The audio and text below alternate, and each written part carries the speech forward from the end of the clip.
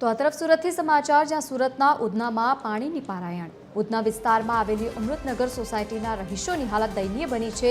છતાં પીવાના પાણીએ વલખા મારવાની સ્થિતિ ઊભી થઈ છે.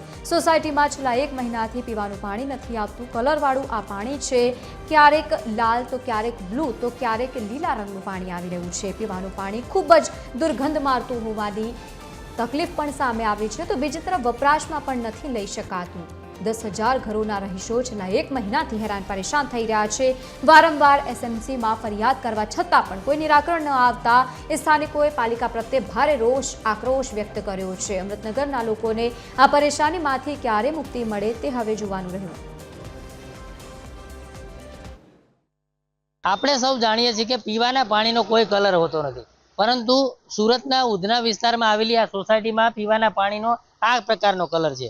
આ પાણી શું પીવાલાયક લાગે છે?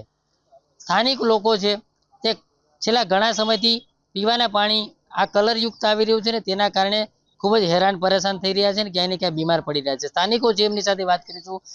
માજી, કેટલા વર્ષથી આ રહ્યો છો ને શું સમસ્યા? મેં અહીંયા આજે લગભગ 75 સાલની રહું છું. ત્યાં સુધી આ પાણીનો પ્રોબ્લેમ કોઈ થયો નથી. આ પહેલી વાર થયો છે અને હવે હું ઉંમર લાયક છું એટલે મારાથી કશે પાણી ભરવા જવાય એવું છે નહીં. હવે બાળકો હેરાન થાય છે, ઘરના માણસ હેરાન થાય છે, બધા અમે હેરાન થઈએ છીએ. અને આ પાણીથી નાહીએ છીએ તો બી એલર્જી થાય છે, કપડાં ધોઈએ તો વાસ આવે છે, વાસણ માંજીએ તો વાસ આવે છે, ને ઘરમાં ભરી રાખીએ તો પણ વાસ આવે છે. હવે કોઈ આપણા ઘરે આવ્યું હોય તો કોઈને શું થાય કે આ લોકો એમ થોડું જાણે કે પાણીનો પ્રોબ્લેમ છે. આ લોકોનું ઘર કેટલું ગંધાય છે અને હકીકતમાં પાણી બહુ જ વાસ મારે છે. કોઈ વાર ભૂરું આવે, કોઈ વાર કાળું આવે, કોઈ વાર ગુલાબી આવે. પાણીના કલર બી બદલાયા કરે છે. હવે એનું કરવાનું શું? અમે ઝોનમાં પણ બધા બૈરા જઈ આવ્યા તો એ લોકો અમને એવો જવાબ આપ્યો છે કે એમ કે કાલે પરમ દિવસે બરાબર રેગ્યુલર થઈ જશે, કામ ચાલે છે. પણ એ વાતને બી આજે 1 મહિનો થવાનો પણ એ લોકો કોઈ સીધો જવાબ અમને આપતા નથી. કાકા, આપ જણાવો, આ સોસાયટી અંદર કેટલા મકાનો હશે ને કેટલા લોકોને આ પ્રકારની સમસ્યા છે? લગભગ 10,000 મકાનો હશે. હવે એના હિસાબે તમે ગણતરી કરી નાખો કેટલા માણસો અહીં રહેતા હશે.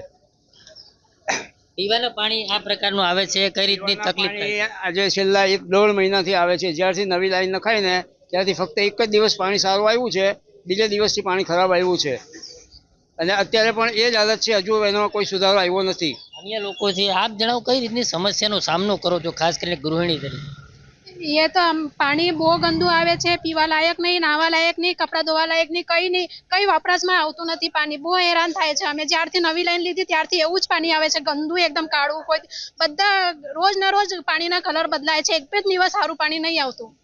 બિલકુલ થી અત્યારે આ પાણી જોઈ શકાય છે. આ પાણી પીવા લાયક જ નથી, કારણ કે આ પાણી જે છે તે અલગ અલગ કલરનું હોય છે. ખાસ કરીને તમામ લોકો છે તે હેરાન પરેશાન થઈ ચૂક્યા છે, કારણ કે છેલ્લા ઘણા સમયથી આ પ્રકારનો આ સોસાયટીના સ્થાનિકો છે તે આ પ્રકારની તકલીફો વેઠી રહ્યા છે. અનેક લોકો છે તેમણે રજૂઆત પણ કરી છે, પરંતુ તેમ છતાં કોઈ નિરાકરણ નથી આવ્યું. એના સ્થાનિક કોર્પોરેટર જે છે તેમણે પણ સામાન્ય સભામાં આ સોસાયટીને લઈને એક મુદ્દો ગજવ્યો હતો. હવે જોવાનું રહે છે કે તંત્ર જે છે તે ક્યારે આ લોકોની વહારે આવે છે. વહારે એટલા માટે કે છેલ્લા ઘણા સમયથી આ લોકો તંત્રને રજૂઆત કરી રહ્યા છે, પરંતુ તંત્રના અધિકારીઓના પેટનું પાણી પણ હલતું નથી. એટલા માટે થઈને આ સોસાયટીના લોકોને આ પાણી કલરના પીવાના પાણીથી ક્યારે મુક્તિ મળે છે તે જોવાનું રહ્યું. કેમેરામેન જયેશ મિસ્ત્રી સાથે દિવેશ પરમાર, TV 13 ન્યૂઝ, સુરત.